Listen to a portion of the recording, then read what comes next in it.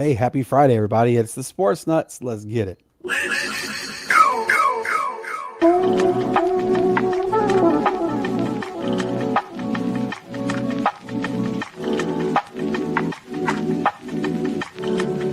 Sportz Nuts are back.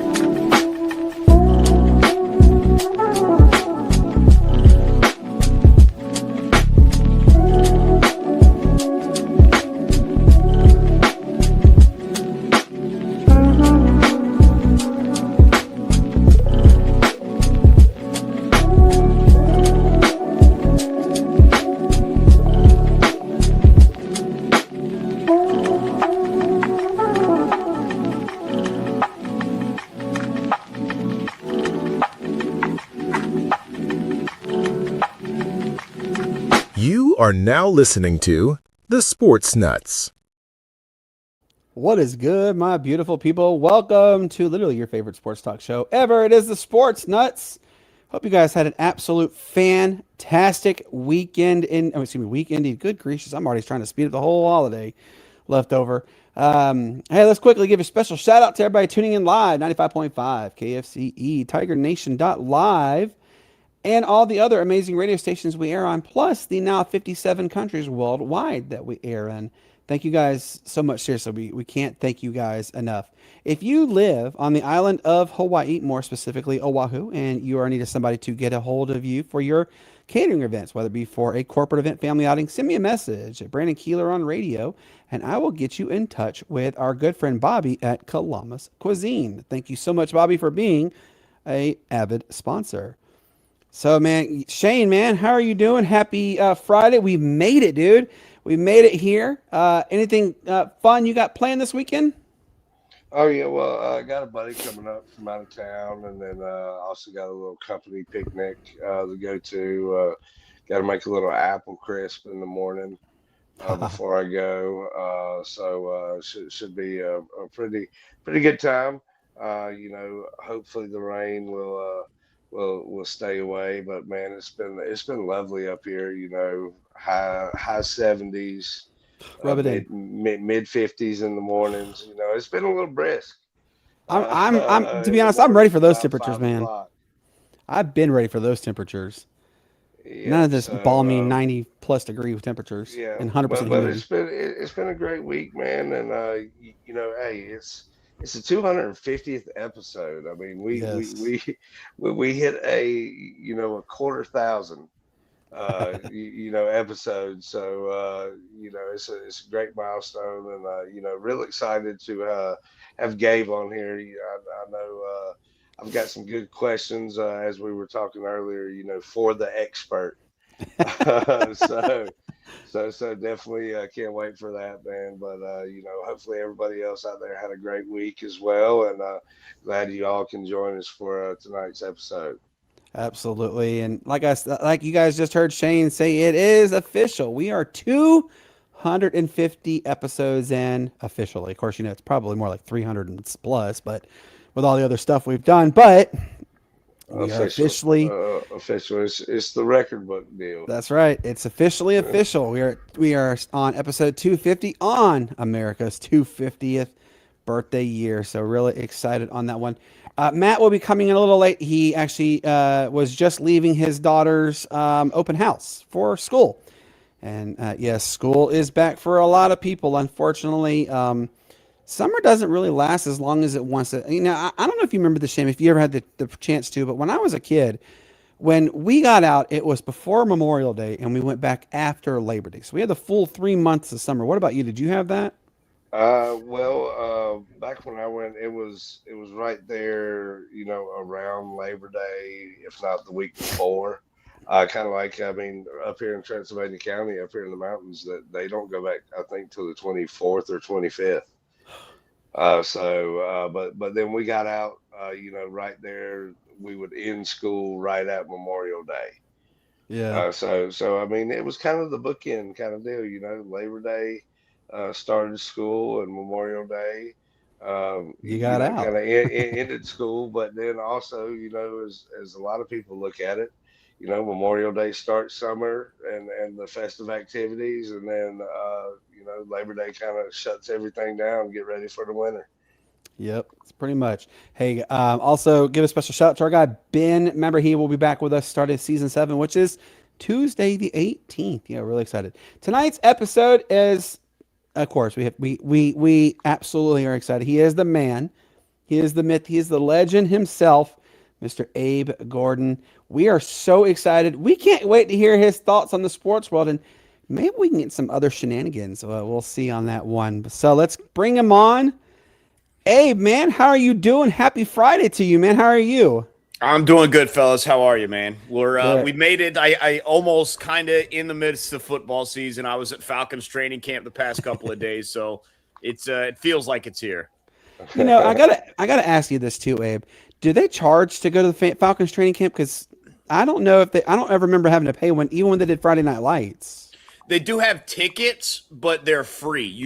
They want you to go online, reserve a ticket so that they can kind of keep track, because it's there, where they hold it there in Flowery Branch. It's not unlimited spacing. Yeah. So they do have a ticketing program, but they are free. I do believe that for like a specific event, they might have money that gets eventually donated to charity. Like in years past, they've had an open practice at Mercedes-Benz Stadium. That might be like a $5, $10, and all the money raised goes to charity type thing.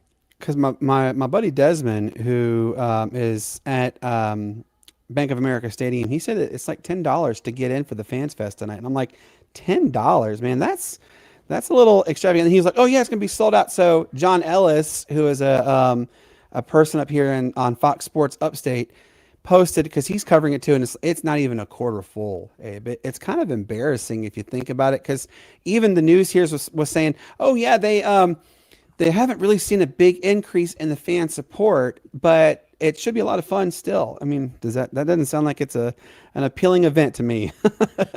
Yeah, and doing like an open fan fest type practice it's a little early in camp. I think people want to see a little bit deeper into camp once you've been hitting a little bit, once the offense is into gear, stuff like that. So it feels a little bit early to kick off camp. That way, I did see J.C. Horn picked off Jalen Coker there, so picked up Coker. So it's regular business for J.C. Horn. Yep. All right, so let's dive into it, Abe. So like I said, thank you for coming on. We really appreciate it. Now we've got the news this week, and I don't know if it could be an ominous, or what as they say, or it could be just a fluke. But Tua Tagovailoa back on the injury list again with tightness in his back. Now they said it's not going to be long term. That could be like a next week or two, but that there was no quarterbacks on the start, so they went and signed Cooper Rush as a backup. Now we don't know exactly when Penix will be cleared, but they said he's getting close, like 4 to 6 weeks. But we saw he was dropping dimes left and right and 7-on-7. Do you think that this might be another troubling sign with the fact that Tua Tagovailoa is again hurt? No, he's fine. He's been out at camp. He's throwing. He's not participating in some of the team drills, but he's fine. I just think they're taking it easy as everyone works their way back in.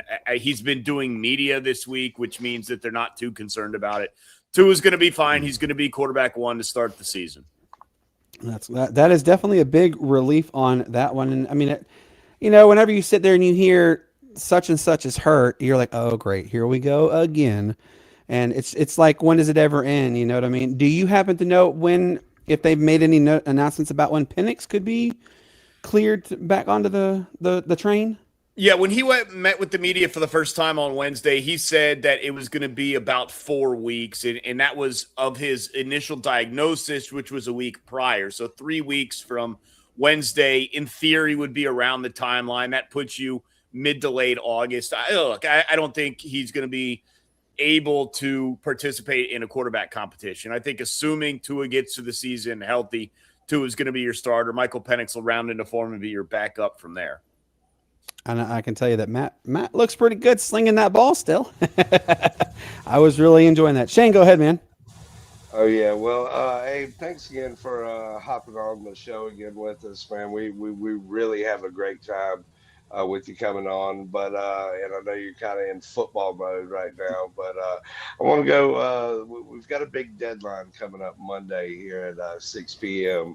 You know, everybody's on scuba watch to see where he ends up landing. But I want to get your takes on kind of some of the offensive guys or the non-pitchers that might be looking to be moved here before that deadline goes. And do you see the Braves kind of eyeing one of these guys before that deadline?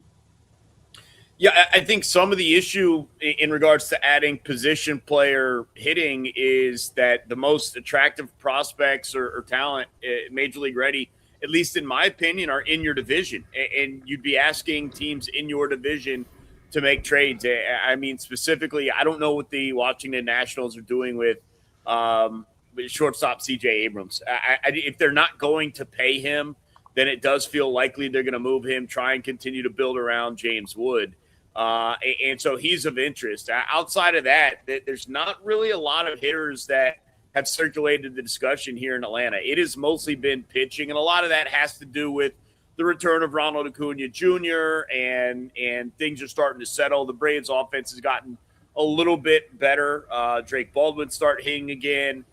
Still waiting on Austin Riley. That may not ever come at this point, but it just feels like more people here are focused on pitching than hitting, although I wouldn't be opposed to it. I just don't know realistically who you're getting. I know people have talked about Corey Seager. I haven't even checked to see if he's come off the injured list yet, but there's just not a lot of great, options from hitting in positions that you don't already have filled. The Orioles are talking about Adley Rutschman or who, like, you have a catcher. You're not getting a catcher. You have a first baseman. You're not getting a first baseman. And so there's limited options for the Braves, which is why I think we've all settled on pitching.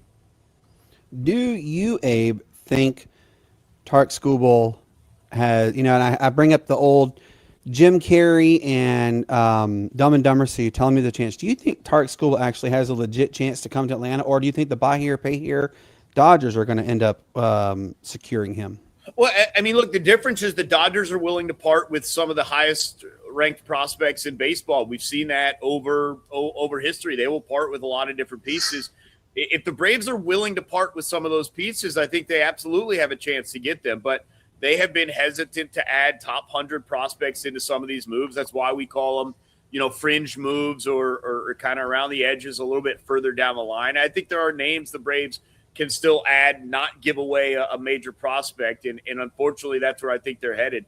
I would prefer them to part with prospects. I would prefer them to get Tarik Skubal and partner him with Chris Sale and a third pitcher, by the way. Like, I don't think you settle on just one. I think if you want to get, again, like my perfect world, like you're giving me Tarik Skubal and Michael King or Tarik Skubal and Freddie Peralta or something like that. So I'd add multiple starting arms, but you need one of them to be top tier. Skubal certainly is the toppest of the tiers. And so I would love to. I would part with prospects, but I just don't know if that is really the situation. And then you have to, discuss are we parting with prospects with no intent to re-sign? The Dodgers, if they get Tarik Skubal, they're going to put a contract together and sign him to an extension, and he's going to be part of their franchise. And I think that's important. It's a lot easier to part with prospects when a guy's not 3 months, one shot to win the World Series, but you have 2 or 3 or 4 chances to do it. That means you're going to have to pony up and pay. The Braves have been largely unwilling to do that to pitchers in recent years. So I think if they're going to get Tarik Skubal, they're going to have to do a couple things you don't normally see them do. Give a huge contract to a pitcher and part with top prospects. Obviously, we've seen the reports that Spencer Strider apparently is most likely done for the season. Now that Mark Brown came out with a new report today that all indications are that Hurstrom Waldrop could be done for the rest of the season. And I've heard that AJ Smith-Shawver is doing really good, and Schwellenbach is down at Augusta. What are you hearing in the fronts with potentially seeing Spencer Strider not play the rest of this season, also with the possibility of Hurstrom Waldrop being shut down? I think the guys you have right now are the guys you're counting on, and it's not a good group. You're talking about Bryce Elder, Grant Holmes, Ronaldo Lopez, Martin Perez, AJ Smith-Shawver.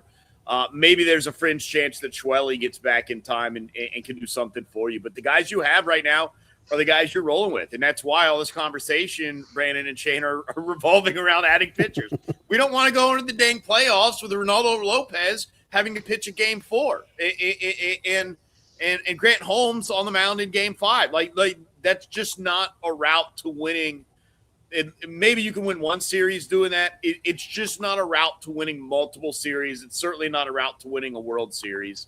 It doesn't mean that those guys aren't good pitchers, wouldn't have a role in the playoffs, middle relief, certain things, but that can't be your rotation. It can't be Chris Sale and then, boy, we better score 8 runs today. That's just not going to work in the playoffs. And so, but you're stuck. You're counting on what you have. Like maybe Owen Murphy can come back up at some point and look a little better than he did. I think AJ Smith-Shawver looked pretty good the other night when he made his season debut for the Braves. He got roughed up a little bit in his final couple of outs, but I thought it was a pretty good inning, pretty good outing up until that last inning. So we'll see if he can build and maybe he can jump ahead of like Grant Holmes, Ronaldo Lopez, Bryce Elder, and kind of settle in because Martin Perez has been pretty solid, but again, you're talking about, hey, he's solid. He went 5 innings and allowed 2 runs. We're not getting any Chris Sale type performances the rest of the way where it's, hey, oh my God, this guy 7 innings, 2 hits, no runs, 8 Ks. Like that's just not happening right now. I agree. Shane, go ahead. Oh yeah, well, I guess a final question here to kind of tie off the Braves talk. If we don't really get anybody during the trade deadline, does and eventually fall short in the end because of starting pitching. Do you see the Braves going after one of these top free agent arms, such as a Paul Skeens, who will more than likely want to go to a contender that's going to pay a lot of money? I just don't know how you defend that and then not make the move to Tariq Skubal. Like I don't know why you would wait, not pay him, not trade for him because you're not going to pay him and then pay someone else. Like again, if you're in this situation where you're just not going to pay free agent arms, I don't. It doesn't feel like it's going to change in the immediate future. So, unfortunately, Shane, the answer is probably no. Like, if Tariq Skubal's off the list because you refuse to give him a major deal, a major extension, I don't know why we're having an argument that you would give Paul Skeens that or any other pitcher that would come to mind. So, unfortunately, I think the answer is probably no. Like, I don't think they're going to go after a high-priced arm in the offseason unless they change their theory of purchasing, and that just doesn't seem to be the case.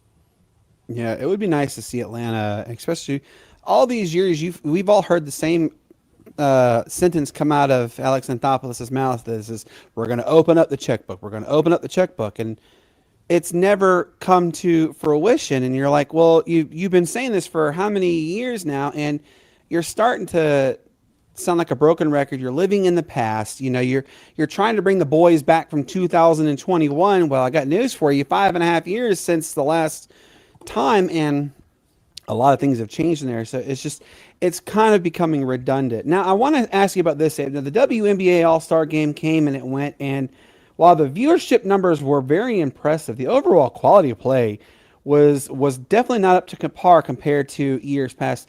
And I'm going to tell you, my daughter Addison is a big WNBA fan, and even she said, "Daddy, this is boring," and turn it off. And that's pretty disheartening when you have an 8-year-old tell you that, and who is a diehard fan of that. But this is going to be a 2-part question.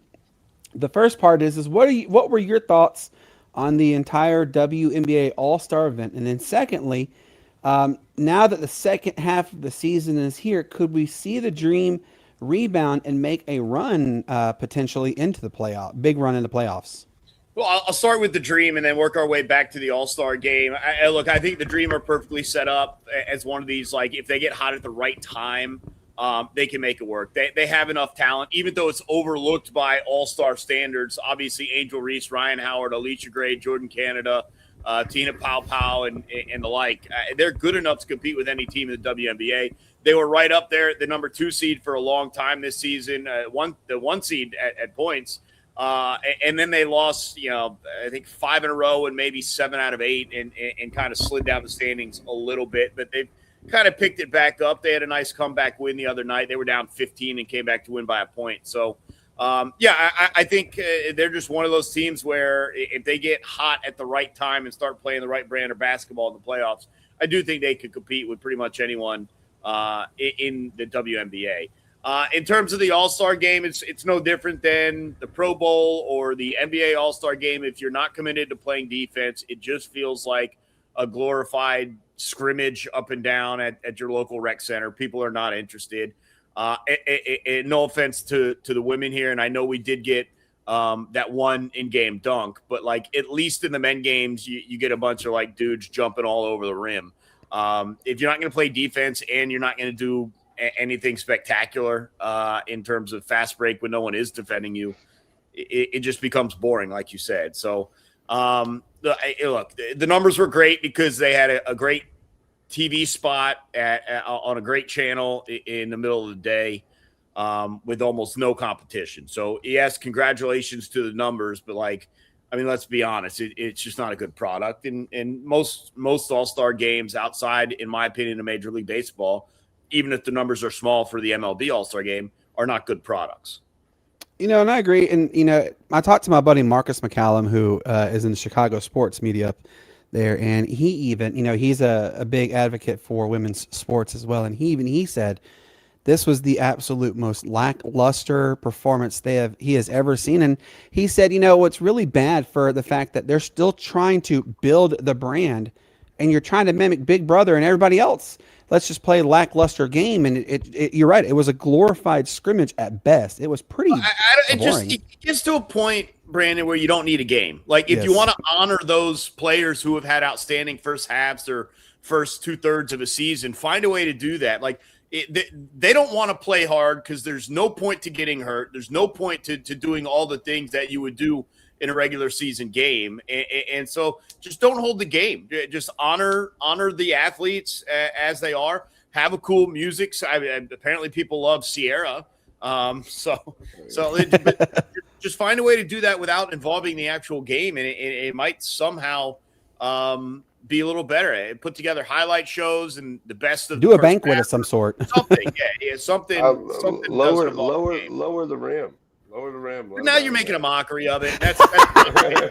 That's not right for them either. Look, they deserve their moment to shine, but again, it just that game. No one wants to be there. No one wants to play, and understandably so. It goes back to: would you get a better effort? And I know we don't in the NFL, but would you get a better effort if this was held postseason, where a lot of the women aren't as concerned about picking up some sort of injury as they would be, in the midst of it? I don't know. People normally just, especially if it's removed from the playoffs, they just want to go about their offseason. But these games are not good, and it's not just the WNBA. I mean, NBA is terrible, hockey's terrible. The MLS All-Star game the other day was terrible. So, what are you going to do? Exactly. You gotta find something. And I like your idea though. Just throw a banquet. Seriously. Congratulations. You had a fantastic first half. Here is your acknowledgement. Here is your bonus. Here's maybe an award of some sort for being selected. But then then take a week or two off, whatever, like they do for the break, and then go right back at it. Don't sit here and, lob the ball around and laugh and fall all over each other and think it's just nothing but fun. And I mean, it's fun, obviously, but make it more entertaining. You know what I mean? It's just frustrating. Shane, go ahead, man. Oh yeah, Abe. Thanks again for coming on, man. We always appreciate it when you come on and share your insight on all things kind of Atlanta. And I know you mentioned that you been there at training camp, and I know Brandon touched on the quarterback situation and everything. Can you kind of tell us and everybody out there kind of what you've witnessed so far, and do you see anybody or anything becoming an emerging headline here in the future? No, I mean, most of what we've seen the past couple of days has been largely expected. And look, they don't even have full pads on. They're certainly not going full speed or full contact. It's still an acclimation period at best. I do think today the defense by far got the better of the offense, although I would say yesterday it was a lot more even split. Michael Penix had one of the worst 7-on-7 sessions I've ever seen today. 1 of 7. He took a sack, 3 incompletions, 2 of them, well, a bunch of incompletions. 3 of them were tipped. 2 of them probably should have been intercepted. So obviously get that out of the way now because when the knee does get cleared, you need to be sharper than what we saw today. But no, I think everything's relatively normal. Christian Harris is lining up along with Divine Diablo. Seems like he's got the front running edge there to be the second linebacker. And the secondary's flying around. But again, we haven't put pads on yet. The defense is almost always ahead of the offense across the entire league at this point, especially when you're not going full speed and the offense can't be physical or run away from defenders. So I wouldn't take too much away from what we're seeing right now. But Penix had some issues in this 1 7-on-7 session I was looking at today. Go ahead, Shane. Oh yeah, well, I know we briefly touched on the WNBA and all. Do you see Atlanta trying to make a move here with their trade deadline coming up at 3 p.m. on Sunday, or do you think that they made their moves this offseason and are going to kind of just lie in the bed that they've made so far? I think they're pretty pleased with the team they have assembled, to be honest. That doesn't mean you're not listening and not checking to see certain teams or maybe looking to make moves. And obviously in WNBA, just based on what I've seen in the past 2-3 years, doesn't feel like first-round draft picks are as valuable as they are in the NBA. And so teams are willing to part with first-round draft picks pretty regularly. And so it'll be interesting to see if the Dream feel like there's a piece they can add to it. But again, I think they're one of the teams that is in a discussion possibly to win the championship. So you're certainly not going to try and move any of your main pieces off the roster. So look, you can always look for depth at certain spots you feel you're a little bit shallow in or a little bit weak in, but I don't expect anything overly significant to steal headlines, but you just never know. Abe, I would not want to go without mentioning this. I want to hear your thoughts on the big move that we've had happen in the NBA in the last week or so with LeBron James going to the 76ers. And then it seems as if they're not done yet. But, I also want to hear your thoughts because, Philly fans are very passionate and they can be extremely unforgiving the moment trouble sets in. And I often wonder if LeBron is ready enough to know that he better have a spine, because if the 76ers start out, ice cold and they're not seeming to go anywhere, the fan base is going to turn really quick and they're going to point right at LeBron James as it's his fault for everything. That's just kind of how the Philly fans are. I strongly disagree. I don't think he's anywhere near the top of the list of people they're going to yell at. They're certainly going to yell at Joel Embiid if he's not healthy. I think they're going to yell at Jaylen Brown way more than they would yell at LeBron. I think LeBron is here on $4 million per year at the end of his career. And if the 76ers fans are as intelligent a fan base as you seem to suggest that they are, I think they're going to understand the stage of career that LeBron is in. If anything, you're looking at Tyrese Maxey, VJ Edgecombe, Joel Embiid, and certainly Jaylen Brown as being, much more at fault if things fall apart than LeBron. So, and LeBron's just good enough. He'll make it work on his end. If everything else around him falls apart, it's everything else around him. He's not going to be the problem. So I disagree. I don't think this is a guy that came to your town for $4 million a year. He could have gone to a multitude of different places. Yeah. I don't think they're going to view it that way. Now, it's not to say they won't be upset. I just don't think they're going to be upset with LeBron. What do you think about this whole rumor talk that Steph Curry could be going to the Charlotte Hornets? He's been mentioned to the Hornets. He's been mentioned to the Spurs. I don't know where else. He's just been a lot of names mentioned. Do you think his time at Golden State is coming to an end? I think his time in the league is coming to an end, and not necessarily immediately, but relatively soon. I don't think he's going to play 23, 24 seasons, whatever it is, like LeBron is playing. I have not heard the Charlotte rumor. I think that's nonsense. I think San Antonio makes sense. Like if you're going to leave Golden State, and I'm not convinced that he is. He feels like a guy that's just kind of, he built everything he had in Golden State. Is probably a Warriors lifer.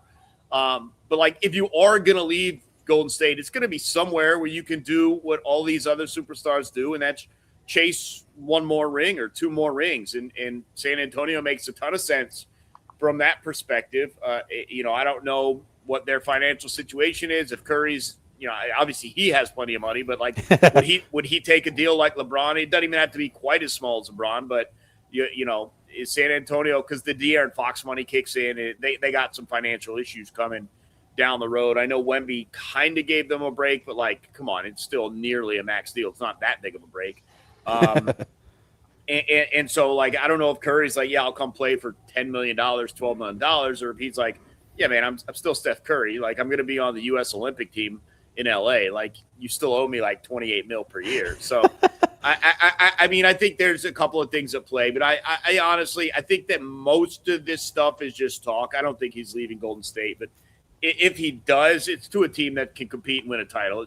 I can't imagine, even with the family ties, and I understand it, I can't imagine it would be to Charlotte. That would be kind of weird, though. I mean, and if Steph does leave Golden State, it's going to be strange not seeing Steph Curry in a Golden State Warriors jersey. I can't wrap my brain around it. Yeah. I think there's so many athletes you say that about, and then we just got used to it. Like, again, being here in Atlanta, we're like, oh man, it's going to be super weird seeing Mike Vick in an Eagles jersey, and then we saw him in an Eagles jersey, and we saw him in a Steelers jersey. Same with Julio Jones. He was in the Titans. Like, you get used to it after a while. Yeah, it's going to be strange because he's been in the league for so many years, and I don't know if we will ever see a player quite like his level of 3-point ability again. I just don't see. I don't think because he can still chuck it half court with his eyes closed, I swear, and make it. That's how good of a player he is. Shane, do you have any more questions? Nah, I'm run dry on this well. Hey, no. Hey, man, I really appreciate you coming on. What is on tap for you this weekend, and when are you on the air next? Well, I got Atlanta United pregame and postgame tomorrow, so that's Saturday night, 6:30 here on 92.9 The Game in Atlanta. So that would be when I'm technically on air next. I think I'm hosting next Sunday, so not this coming Sunday. So pretty chill weekend this weekend. Just again, just in the middle of training camp. We're going to be up there 4 days again next week. We should get more participation from Tua. We're expecting him to be ready to roll on Monday and kind of taking parts in all facets of practice and in my opinion, take the first step to being not winning the job, but being actually named quarterback, because I think it's his job. I don't know that you have another option. It's just a matter of when the team wants to officially call it that and name him quarterback one, and potentially when he's healthy and competing in all the sessions, they may come out Monday and announce it as far as we know. So it'll be interesting to see. But yeah, I mean, countdown to college football's on. The NFL's got. I mean, we're less than a week away from the Hall of Fame game, right? I think it's next Thursday. Thursday. Yeah, we're working our way there, and I was doing some research on some of the Week 0 games, and football's here. Football's here, but like you said, trade deadline is huge. It's going to determine whether or not the Braves are truly making a run at this thing or not. So kind of sitting back and chilling this weekend, but a lot to look at and kind of decipher as we work our way through what should be a pretty packed Monday in sports.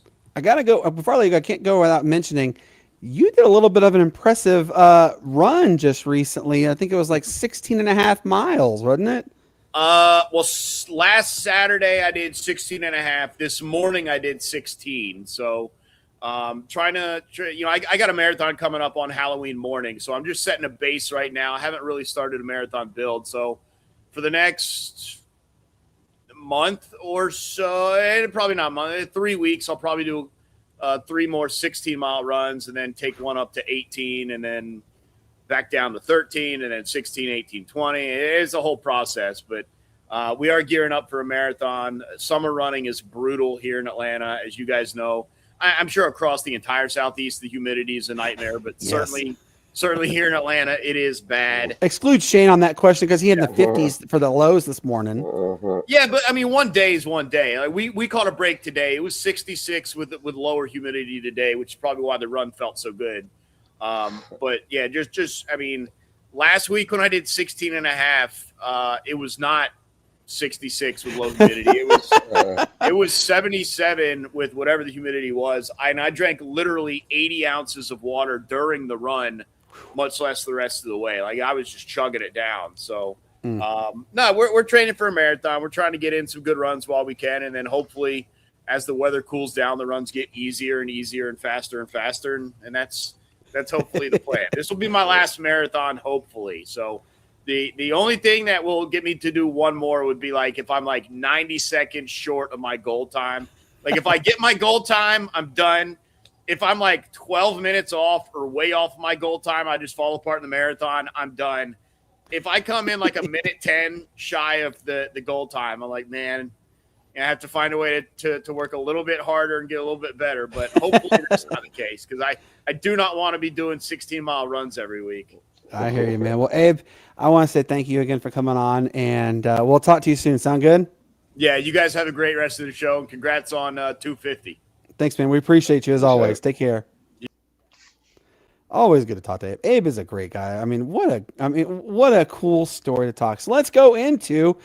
All right, Shane. It is the top 5 in a nutshell. We're gonna give you the top 5 main storylines that you guys deserve to hear. So, UEFA vows to boycott the next FIFA World Cup as CONCACAF, I guess that's how you say CONCACAF, whatever, rejects FIFA's private equity plan. Shane, kind of open up and let everybody know what that means to you, please, sir. Oh yeah, well, it's we had much scandal throughout this World Cup, and the aftermath has been huge. So we see a bunch of stuff with the president and them moving forward with a 64 team bid for the next World Cup. What are we turning the NCAA tournament now? Yeah. There's a lot of things going on in the world of FIFA and international soccer, and just kind of one of those things to keep an eye out with these major leagues that have backing and other tournaments and stuff like that. Like you said, it could be possibly like a college football playoff type system where we're looking at if these people can branch off from FIFA and make it, then could we see the Big Ten and the SEC do it in college football? Now, Shane, there's something that happened in the WNBA over the All-Star weekend. What is that? Oh yeah, well, it's an attempted cover-up. We've had all these gambling scandals here recently, and there was a video that surfaced via social media of Angel Reese and Paige Beckers going a little banter back and forth, and some cash was flashed. I believe it was agreed upon $400. Winner of the next game that they had coming out of the All-Star break. But the WNBA is just kind of swept it under the rug and forced the video to get deleted and all that stuff. But hey, it's stored somewhere for a long time, and I was able to watch it after they said it was deleted. So, so if that tells you anything, if it's on the internet, it's never going away, folks, ever. So don't if you think it could be risque, it is risque. If you think other people are going to eventually see it, the moment you pop it on the internet, everybody will see it. It's never going to go away. like Oh yeah. ever. Brandon, didn't a big move in the NFC South? Since we had Gabe or Abe on, another big move out of the NFC South this week since our last episode. Chris Olave signed his contract extension. And seems like the Saints are the only team in the NFC South that's had something going good for them this year so far this training camp. If But that's what you want to qualify as the best news for the Saints, then boy, they're in a world of hurt. I'm not just saying the Saints for the whole NFC South. I mean, Yeah. Carolina's sitting there with two of their Two players gone for the year already. Yeah, gone for the year already, and two guys that were going to be contributors. Yep. One was just drafted in the 3rd round by y'all. Oh yeah, and so it's definitely going to be an interesting year in the NFC South with all the turmoil in Tampa. We'll go ahead and coin that term right now. I love it. The way things are going. The Saints aren't expected to do much, and here we are. We have the Panthers losing key players already, and the Falcons we have no idea who our quarterback is. With still a quarterback room to be settled. So yeah, you have the Buccaneers. They're not going to probably keep Baker Mayfield. The Saints are the Saints. The Panthers losing 2 good players. The Falcons, we don't know who their quarterback is yet. I mean, if you want to look at anything good, and as well as far as the NFC South, that would be the only good move is Chris Olave signing that $132 million 4-year extension. That's the only good news on that part. Now, Shane, what happened in the great state of Louisiana, by the way, with a certain school called Tulane? Oh yeah, well I know our good friend Maddie is excited for this news, but Tulane just announced a home and home series with Iowa State coming up in 2028 and 2029. Tulane's one of those schools that we've talked about right there at the top of the group of 5 that's looking to move up to that Power 4 rankings and making moves like this. With their scheduling, and they've constantly been scheduling these Power 4 conference teams, is kind of put them in a viable position to where they could make that move if we do see an expansion in the Power 4. I agree. Now, Shane, I know you want to get a new pair of these shoes from a certain 90-foot alien. What was this new deal that was signed? Would you like to share, please? Well, Victor Wembanyama and Nike have agreed to a long-term deal, which is going to include his own shoe line. I hadn't seen any renderings of the shoe or anything else like that, so I can't, tell you if I'd like to go out and get one yet, personally or not. But he's an MVP talent, a defensive player of the year. Just signed a almost max contract, and that now he's signing a long-term deal with Nike in another merchandise max contract, I guess you would say. Just a little. I can definitely say that if Victor Wembanyama goes through all that money that quick, then he really needs to get a hard dose of reality, because he has been gifted oodles upon oodles of dollars, and those are your top 5 stories in a nutshell. All right, this next topic. The West Honolulu Senior Little League World Series team is, as you'd like to also know, it's actually Pearl City, but they are heading here in Easley, South Carolina. This is exciting news because it'll be interesting to see how the Southeast handles the entire team from Honolulu, Hawaii. Again, it's really Pearl City. Pearl City is still classified as Honolulu, even though it's more towards the windward side. But it's going to be held. Their first game is actually on Sunday at JB Owens Park here in Easley. What are your thoughts on the Little League World Series, Shane? And how excited are you for this event being basically held in everybody's backyard? Or do you think they maybe should move it to another time? Because I always find it weird to have it right as school is about to start. Well, as we were talking earlier, with the Memorial Day, Labor Day kind of, start and stop of summer and everything else, it's one of those things that you see with Little League World Series. It's kind of the cap off the summer. Mm-hmm. So you have the Midsummer Classic and the MLB All-Star Game and everything else, and then you kind of cap it off with the great game that they do up there in Williamsport with the MLB, kind of capping off the summer and going into that playoff push. But man, you got to love the Little League World Series as a whole. It's one of the highlights. With it especially being kind of one of those caps to the summer. It's just the next generation enjoying the game of baseball. Is great to see, and it's great to see, especially the talent that these young athletes have and are able to put into the game and the understanding that they have of the game at that level. Definitely, a lot of them had more than I had at that age. Definitely shout out to that.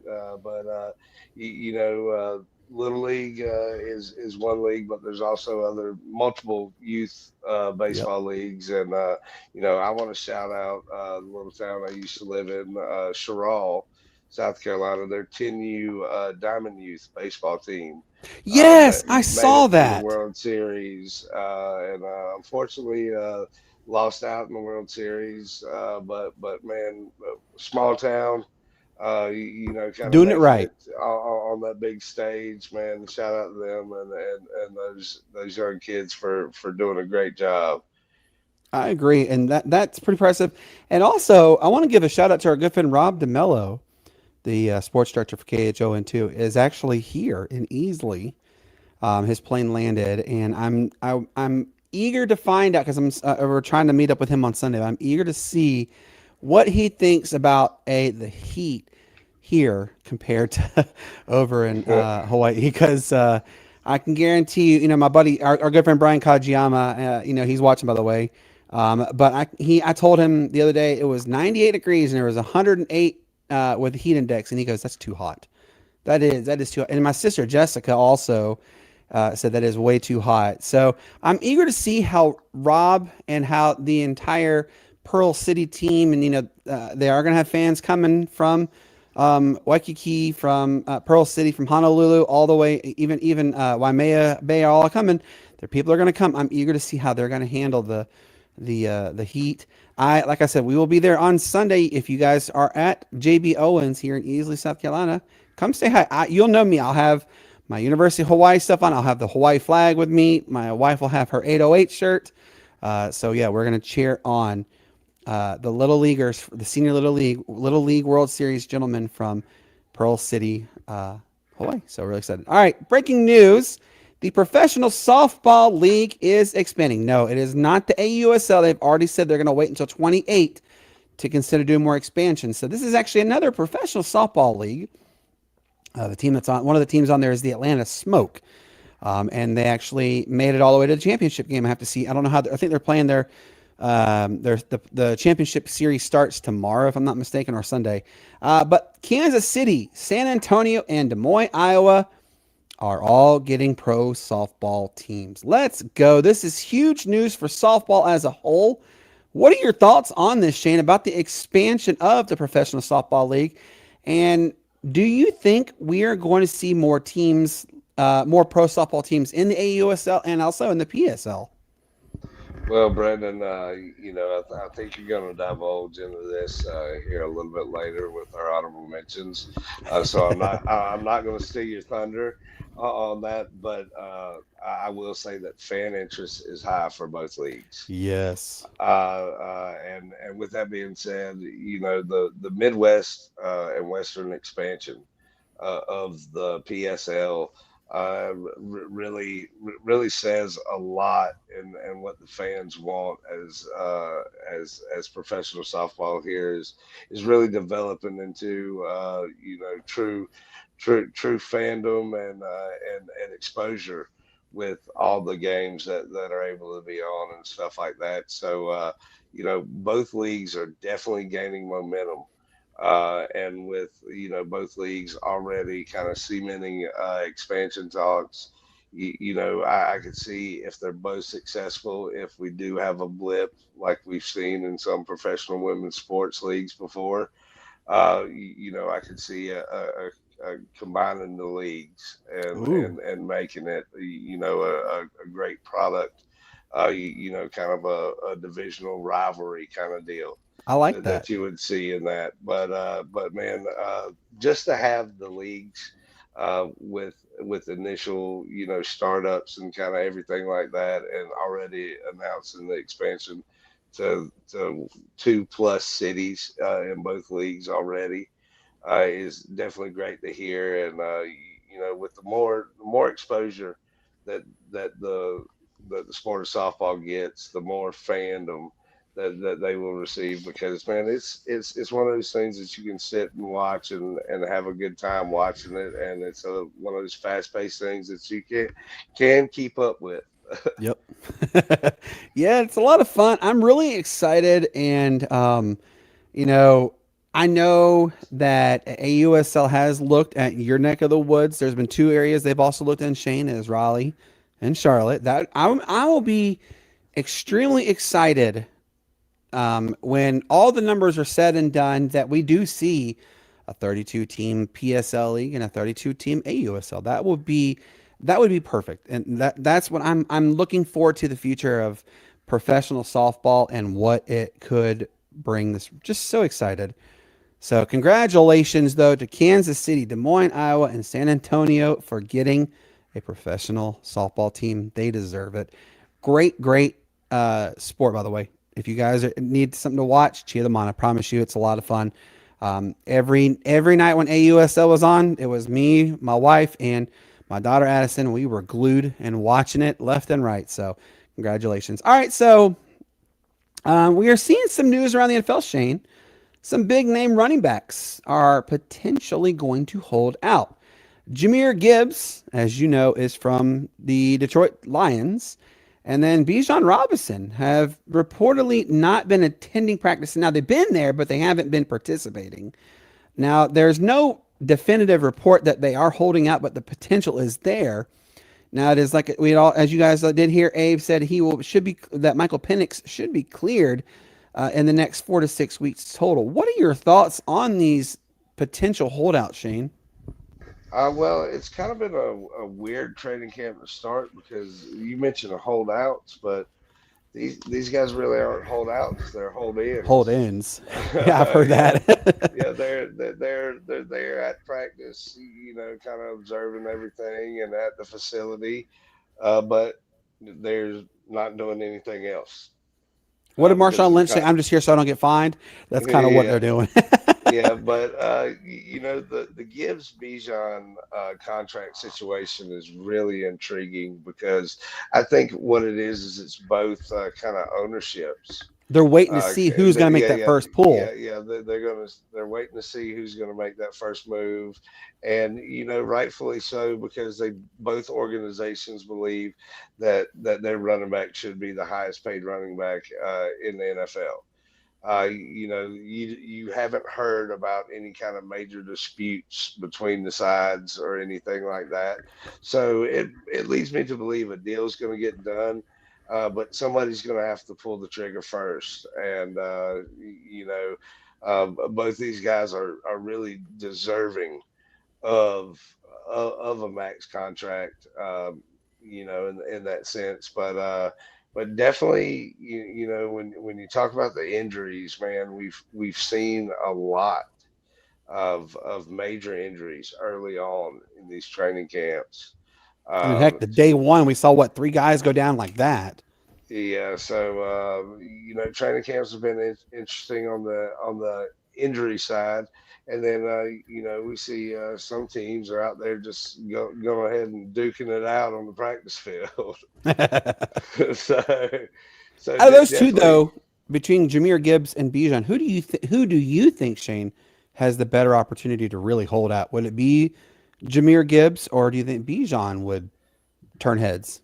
Well, see, I think that Atlanta is in a position where they can move, or they can sit on Bijan for a while because they do have some pieces around.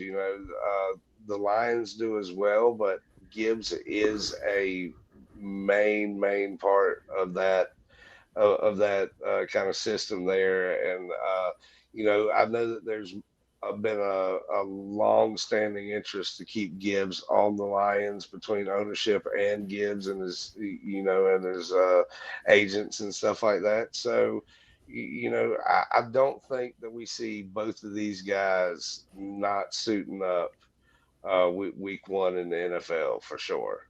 I hope for football fanatics purposes, we don't see two fantastic or elite running backs like those two hold out. It could put a very sour taste in the fans' mouths if you have to sit there and say, "Oh man, Bijan Robinson coulda, shoulda, woulda. We got rid of Tyler Algier for Bijan, and they haven't pulled the trigger yet to pay the man." And he rightfully should get paid. He's a fantastic player. He is an elite player. And as you guys did hear, Cody and Chase from Dirty Fanatics United both did say Kevin Stefanski is going to utilize Bijan the way he should be. Now, does Dan Campbell sentiment the same thing with Jahmyr Gibbs and, builds an entire offensive scheme around him? I don't know. I don't know. I know Dan Campbell's play style. I don't know his playbook. I can tell you what they're going to do when they line up just based off of, all the knowledge that I have in football. And now I'll tell you this too, that if one or the other deserves the most, I would say just simply based off of solely on talent and overall what this particular player does for an entire franchise, it would be Bijan, who deserves it a little more over Jahmyr, because for a long time we had to sit here and deal with Desmond Ridder. I mean, again, if you are a big fan of Desmond Ridder, but you need to get off that train, because that was a joke from the play from right there. And they have Jared Goff over in Detroit, so you have a great quarterback in general. So it's not like you're not going to be able to get quality play from Jahmyr and the rest of the staff. I mean, you got Amon St. Ra, who is an elite wide receiver. But I think with what Bijan brings to the entire franchise of the Atlanta Falcons, I think he has an edge up to getting paid. And rightfully, he should. So both players, they deserve to get paid. Do not say, I'm not telling you they shouldn't. They should get paid. But stop with all this meddling around, twiddling your thumbs, and sitting in a corner waiting and wondering what if. You've got to act on it. I know he's cooking. I know Matt Ryan's cooking, so it's going to happen, like you said. But we've got to see some movement before. We only have a few weeks left until actually have less than a week now until football starts. And then you only have, 2-3 preseason games at most now. So you don't have a lot of time. Got to get your backside in gear. So that's what we have to say on that one. Now it's time for everybody's favorite segment. It is the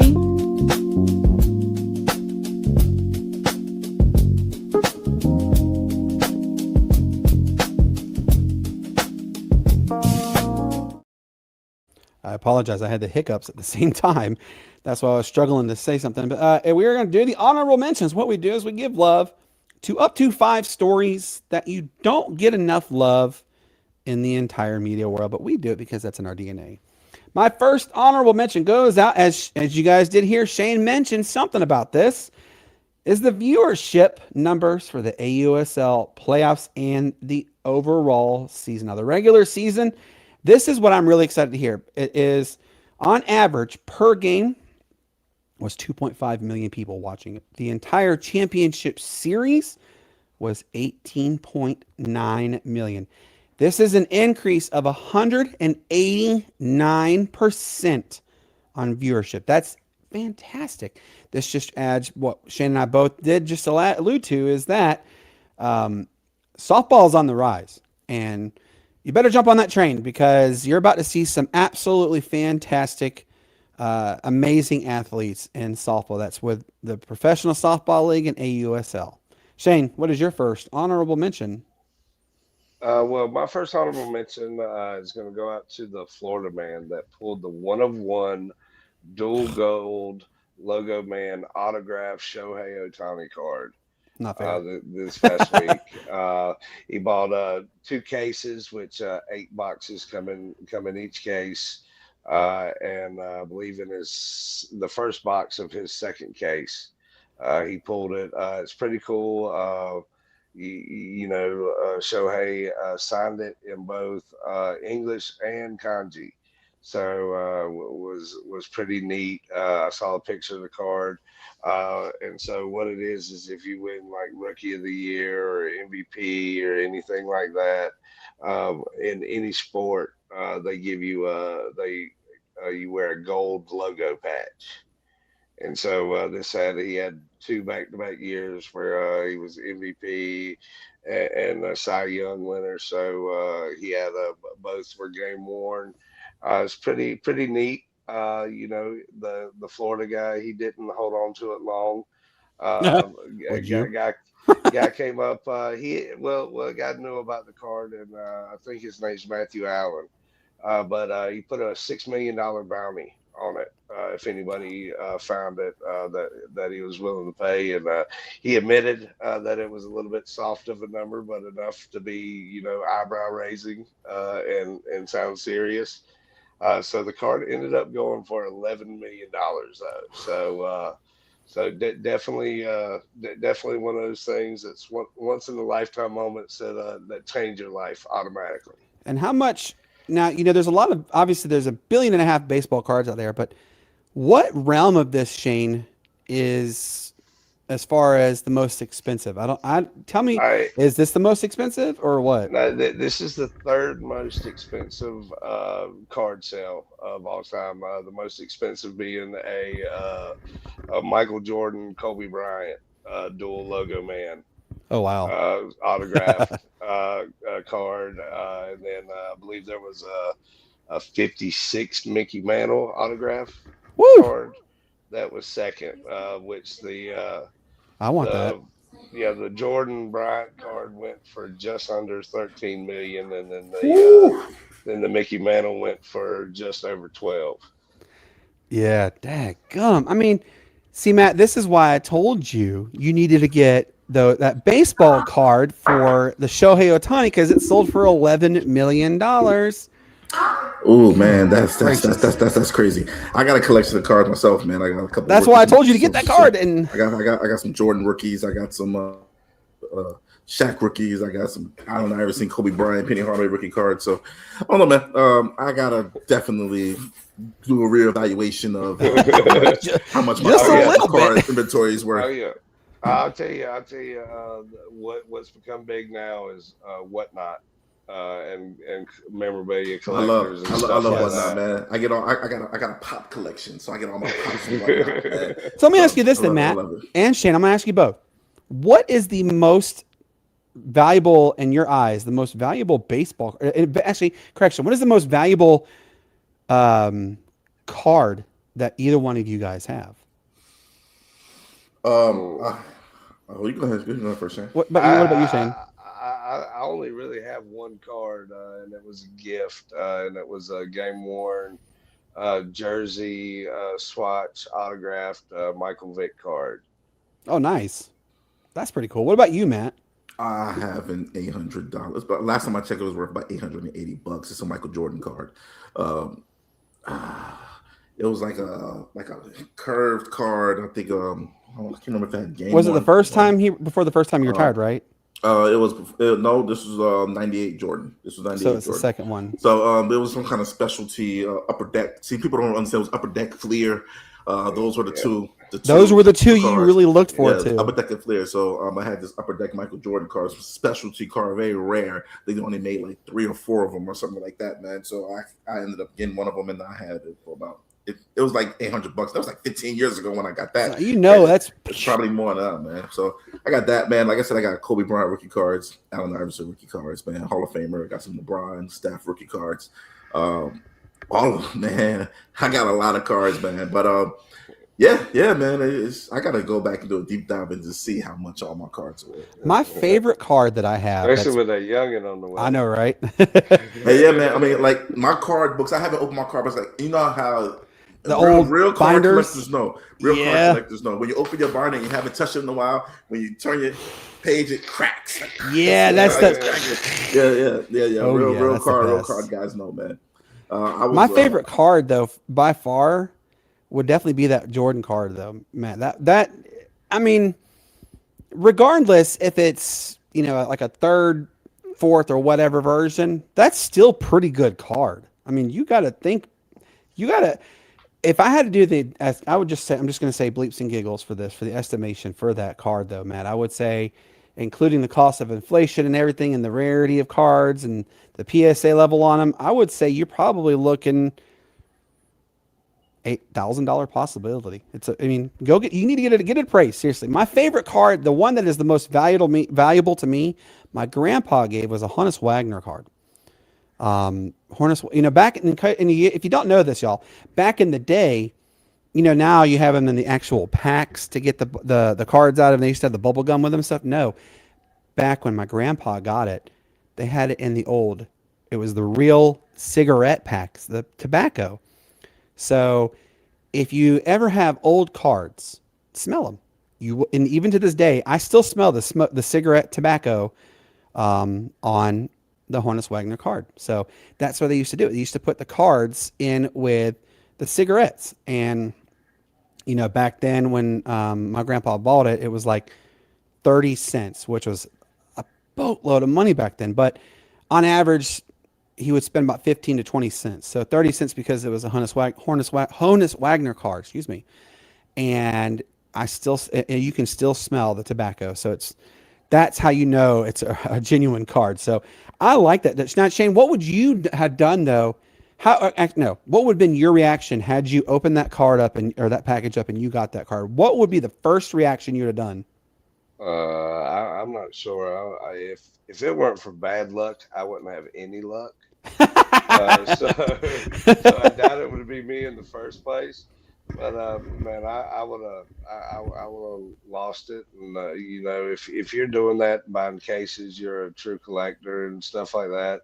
So you're in these circles, and if people know that it's out there and it's that famous of a card and everything else like that, definitely I'd be on the phone getting in touch with people that I know, saying, hey, I got one. And like I said, Matthew Allen had that bounty out for it. He's got a sports memorabilia collective, and one of the partners is Kevin O'Leary from Shark Tank. Oh, so he's got infinite pockets there. Well, they also own the Jordan Kobe card that was the #1 seller. So, and they did say that they're going to sit on it for a couple decades before they think about even releasing it for public sale.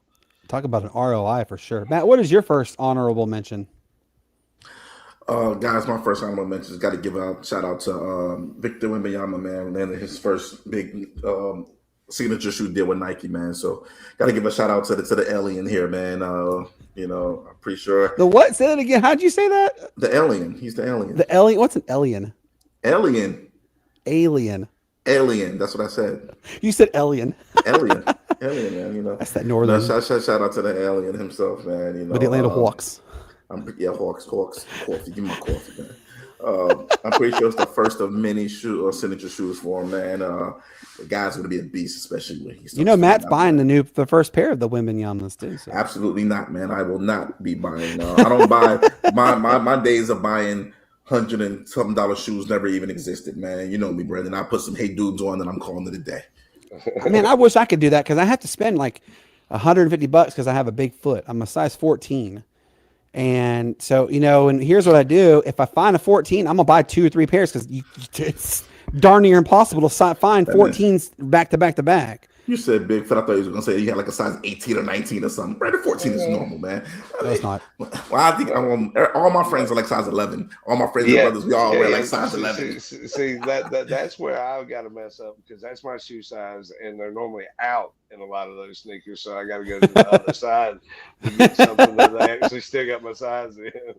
Hey, I got those Brooks though. That Brooks they're comfortable shoes. Just saying. My second honorable mention goes out to the entire Maui Invitational as the field has been set. They are Clemson, Arizona, BYU, Colorado State, VCU. In case you don't know, that's Virginia Commonwealth University, by the way, folks. Providence, Ole Miss, and Washington are all going to be at the Lahaina Maui Civic Center. In case you guys didn't know this, the Maui Invitational was put on hold for a couple years because of the Lahaina wildfires, and it is back. So, yep, Clemson will be there. It'll be the first time in 2 years that it's going to be held. And remember, it is sponsored by Chaminade University. And Matt, I know you see the story every year that Chaminade had that amazing upset. You know, they're a D2 school, and they upset a D1 perennial powerhouse. So, big work there to get the Maui Invitational back. Shane, give us your next honorable mention, please, sir. Well, my next honorable mention is going to go out to Cody Clemens. He had a walk-off grand slam for the Minnesota Twins yesterday. Last name might sound familiar. He is son of The Rocket, right? Pitching great Roger Clemens. Minnesota Twins come out and they said that they're doing a fire sale, kind of letting anybody be traded, this guy's kind of coming around. The first grand slam down to the last strike since 2018. Watching him enjoy that moment, was truly a great thing to watch. And as he said, it's one of those things that every kid dreams of when they play the sport. So, Imagine how Roger Clemens felt that too, Shane. Oh yeah, well, he's as a competitor and stuff like that. With you having a son, I can only imagine that you want to see them do great things. And as always, with any son or daughter, you want to have them be better than you. You definitely can fathom the emotion that he felt and the amount of pride that he was probably swelling with at the time. Cody's had a rough start. Was kind of a traveler, but he's got a couple of years here in Minnesota. Second on the team right now, 34th in the league with 19 home runs. So we'll see what he can do, but definitely a great thing to watch. And I can only imagine, as you said, Brandon, that Roger was pretty proud right there at that moment. Yeah, and just think about the monkey that was off his back too. Matt, what is your next honorable mention, please? I'm keeping it in the NBA. For those who don't know, man, Draymond Green is returning to the Golden State Warriors. I guess they wanted to see if they can get LeBron or not, and whatever. They didn't. So, Draymond, he's going to go back to the Warriors for a 1-year deal, man, for $27.5 million. 27.7 to be exact. 27.7? Okay, yeah, 27.7, man. I say like 27.5, 27.7. Like that's a lot. That's not like a lot or anything. That's a lot of money. That's $200K right there. To be exact. You said to be exact, though. Yeah. I'm pretty sure he would notice if his paycheck was different. So, yeah, man, shout out to Draymond Green, man. I guess the Warriors are just going to run it back with what they have, man. I don't know, man. You guys think Steph Curry's going to end up retiring? So we asked Abe if his time at Golden State was done. I said, because the rumors about Charlotte and San Antonio, he actually said he has not heard the Charlotte Hornets rumor, and that's been going on for a while. And I was pretty surprised. And he said, I understand, though, why they mention it because of the family ties. And just think about how gleeful it would be for Dell to say my son plays for the team that I was with, the Charlotte Hornets. That would kind of be fitting, to have Steph Curry end his career where his dad played. So also him ended in Golden State, man. It'd be one of those rare players that just played for one. Yeah, team, you don't man. see very many. I don't even know the last player who was a life longer in their team, except for Malone, right? Yeah, Steph has 17 years in at Golden State. Draymond's now got 14. So Matt, who So was the last we'll one that was see. a lifelonger besides Karl Malone and John Stockton? I mean, Tim Duncan. You got Tim Yeah. Duncan. So that it's a very rare breed. Yeah, it's not a lot, man. Now, as far as superstar perennial players, just Tim Allen Duncan. Iverson. No, Iverson played for Detroit and then went That's to right. And he played for Memphis. Memphis too, didn't he? Yeah, and then we tend to forget those Iverson years, man. We want to forget those years. We leave those years alone. But yeah, man, Tim Duncan. I mean, that's I think Wemby will be one of the new one that stays with the Spurs. But yeah, Steph, man, Steph's. You know, it's a rare breed to see a lifelonger Very anymore these days. But I told Abe it would be if he does leave, it's going to be strange not seeing Steph Curry in a Golden State Warriors jersey. That's going to be the strangest thing. My next honorable mention is actually going to stay in the NBA. It's about Jalen Duran and the Detroit Pistons for agreeing on a 5-year, $169 million extension. Now, if you do the math on that, folks, that's $33.8 million a year. Congratulations on Duran for sticking with the Detroit Pistons and getting paid in the same sense. Shane, give us your next honorable mention, please. Well, my next honorable mention is going to go out to the University of Minnesota. They announced that they're going to be adopting the viral sensation of the Norwegian men's soccer team in the road. Yes. As a celebration. PJ Fleck uses inspirational quote, rowed the boat in honor of his late son. And so it kind of was fitting. Plus, Minnesota has the largest Norwegian American population in the U.S. So that's why they call them the Vikings, by the way.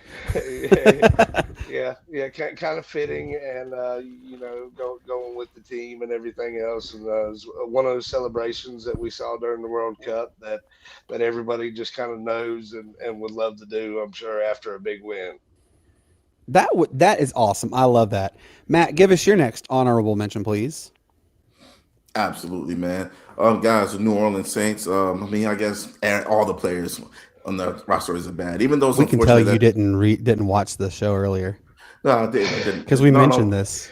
I'm pretty sure you did mention it, but we did mention Chris Olave. I'm not about to talk about Chris Olave, sir. Okay, about to say. I'm not about to talk about Chris Olave, sir. Because we mentioned Chris Olave and his extension. Let the man finish. Guys, the Saints have lost their big defensive lineman. Brian DeBreezy? I can't pronounce his last name. Breezy. No, Brian Breezy, yeah. Breezy. Brian DeBreezy, man. Brian Breezy, yeah. Honorable mention goes out to the Saints for continuing to saying it up and be the paper bag status guys that they are. Sit your guys down. If you got your top players, why you got your players, just sit your guys down. Let them do walkthroughs. Hey, we don't have to worry about that, Matt? Who? You forgot to mention another guy that's not going to be on the Saints anymore. Who's that? Taysom Hill. Ain't got to see him no more playing against the Falcons 2 times a year. Who Taysom Hill go to?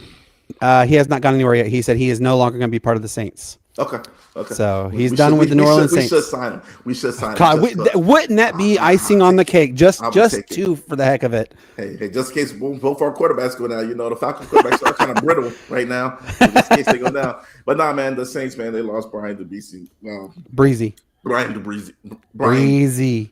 Breezy. Not the Breezy, it's Breezy. Yeah. Brian Breezy. Breezy. And they lost Brian Breezy for the year. It's unfortunate, man. Hopefully, it's the second time, too. Back. Yeah, I know. Hopefully they can bounce back, man. I hate it for the young man, but hopefully they can bounce back, man. Well, he can bounce back. I'll say him. I don't like that organization, but hopefully he can bounce back as a player. I like him as a player. Yes. Shouts out to him, man. Hopefully he has a speedy recovery. My final honorable mention is a quick bleep. Pafele Ashlock, University of Hawaii, great wide receiver who is actually projected to be in the early second round, late first round, early second round in the 27 NFL draft, is out for the next month. Hopefully, he will be back in time for game 2 or 3 for the season.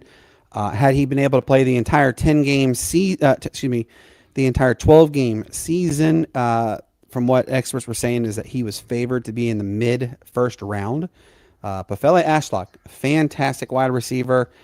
Jackson Harrison I wish he had not gone to LSU because we need all the help we can get for Hawaii, and especially because they're trying to compete for that college football playoff that they are linked to. So we'll see. Shane, you have a quick one you'd like to mention too, right? Oh yeah, well, just a quick mention.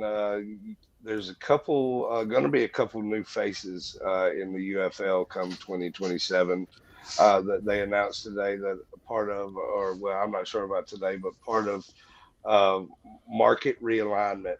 They are going to be dropping the Birmingham Stallions and the Houston Gamblers from the league. Oklahoma City has already been named as a future expansion site, which they want to get to 10 teams by 2028. There's a couple other cities that have been rumored. I know Charlotte's one of them, Portland, Charleston. and Charleston have all been mentioned. So definitely interesting to see where they end up landing for this next spot with the UFL.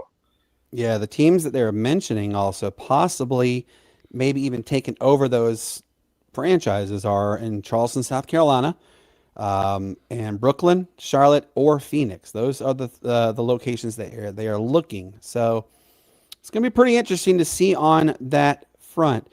Matt, do you have any others you'd like to share with us, sir? Yeah, man. Real shout out to Sam Presti real quick, man. People don't realize how intelligent this guy is, man. But he, his latest move, man, forced the Nuggets into the second NBA's dreaded second apron.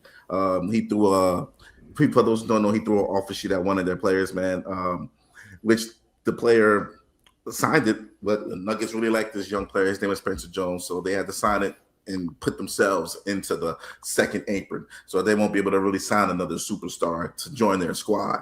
So, shout out to Sam Presti for, it's all about here, guys. It's all about here. So Joker will be getting no help, because he can't afford it. So got to give it to GMs like that, man. GMs that just think outside the box, and that's why he's a champion. So shout out to Sam Presti. Good job on that one, dude. Hey, real quick, if you guys don't know this by now, you probably are going to. In the next week. Actually, it starts technically tomorrow. CBS is filing for Chapter 11 bankruptcy, and they've already sold off a lot of their assets to NBC and Fox and ABC. And it actually starts tomorrow for almost all of NBC that is acquiring CBS stuff. There'll still be CBS Sports Network, but it'll also air simultaneously on NBC Sports as well. And Fox is going to pick up some of and then a couple of like the primetime shows that are signatures on CBS will still air on CBS, but they are also going to air on ABC, Fox, and like we mentioned, NBC. You will see things start to transition. The Infinity Sports Network is also dissolving completely. That was expected. That was kind of a bridge between Odyssey and CBS as it was to be. So the Infinity Sports Network is going away, but yes, CBS, this is the largest media company ever to file bankruptcy. And it's kind of a trend that's unfortunately going on with a lot of industries in general. We saw it happen with Amazon. We saw it definitely happen with iHeartMedia had to file bankruptcy. They're still hurting. In fact, they just had a massive amount of layoffs, $200 million worth of layoffs at iHeartMedia. Odyssey has filed bankruptcy. I think Odyssey is on the verge of going away completely because they're having another round of cuts coming. It's going to be about $300 million in cuts. That is per the FCC and the trustee. So you're going to start seeing other media entities come about and others disappear. So just want to let you guys know that it is coming. And obviously it's sad, but in the same sense. Guys, this was absolutely a fantastic episode. Thank you to our good friend Abe Gordon for joining us as always. It really does mean the world to get to talk to Abe. It's, it's always fun. And I want to say congratulations to Matt, congratulations to Shane, congratulations to Ben, and everybody a part of the Sportz Nutz Network. We've officially hit 250 episodes. Tonight was episode 250 official. We are beyond thankful for each and every one of you. And I want to let you guys know also our sports store is up and running. We've already had a couple sales on it. Thank you guys so much for that. We greatly appreciate that. And the website will be up in the next 7 days. Will be relaunched in 7 days, and you guys are going to really enjoy it. It's going to have a banner on the top like ESPN does, and it'll change regularly when the scores and everything. So I'm not going to tell you all the stuff because it's a lot to mention, but really excited for what's going to happen on that end. But also, here's a list of the upcoming episodes. Episode 251 will be Tuesday, August the 4th. It is season 6's finale.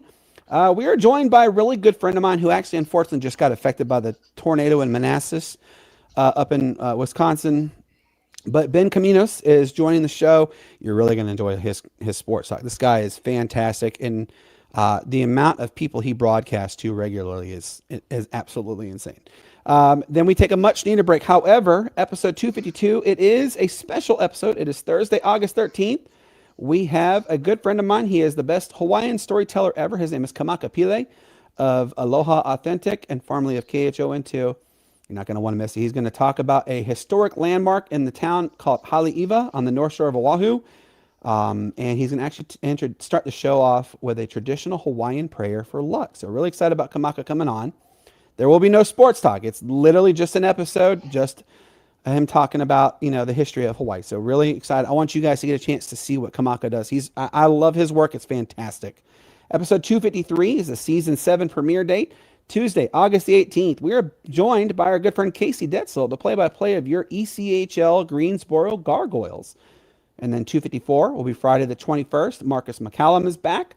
And then 255 will be Tuesday, August 25th. Tony Gladstone is back for his Tony Knows Ball series. And guys, I'm going to let you know we're almost there.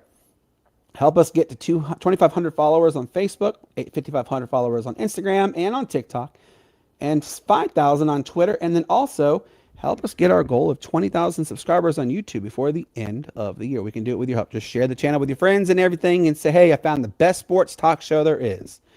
So with that being said, for everybody tuning in tonight and listening live across the country and internationally, thank you guys so much. Matt, it is the weekend. It's time to tell everybody goodbye, but also what they should and should not do. Absolutely, guys. Don't get flagged in the game of life. Make sure you follow the rules. If you're going to go out there drinking, make sure you got a designated driver, or make sure your Uber is ready and waiting. If Uber's too expensive, go ahead and try Lyft. If Lyft's too expensive, then, you got 2 legs. Use what the good Lord gave you. Anyways, enjoy your weekends and stay safe. Don't get flagged. Absolutely. Love it. Shane, it's that time. Please share your final goodbyes to everybody.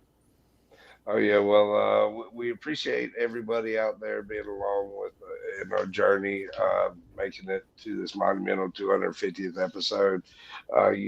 Can't thank y'all too enough, Matt and Brandon, for what y'all do. As always, may the good Lord bless you. Peace, love, and bacon grease. Don't sell yourself short, Shane. You've done a good job with us too, and all the cover arts you guys see, that is Shane. Shane does that. And we cannot thank him enough for that. So don't sell yourself short, Shane. You've done a lot for us. And as I always tell you guys, peace up, A-Town down White. It's the greatest sports day there ever was. Hey, you guys have a fantastic weekend. Now, the weather is not going to be the best for most, so be safe. And of course, summer break is over for a vast majority of everybody this coming week. So enjoy the weekend while you can with your kids, and just know that school's about to start. We'll be back with you on Tuesday. So we look forward to talking to you. And as always, enjoy this great outro that Matt has done, and we'll talk to you on the next episode. And as always, goodbye.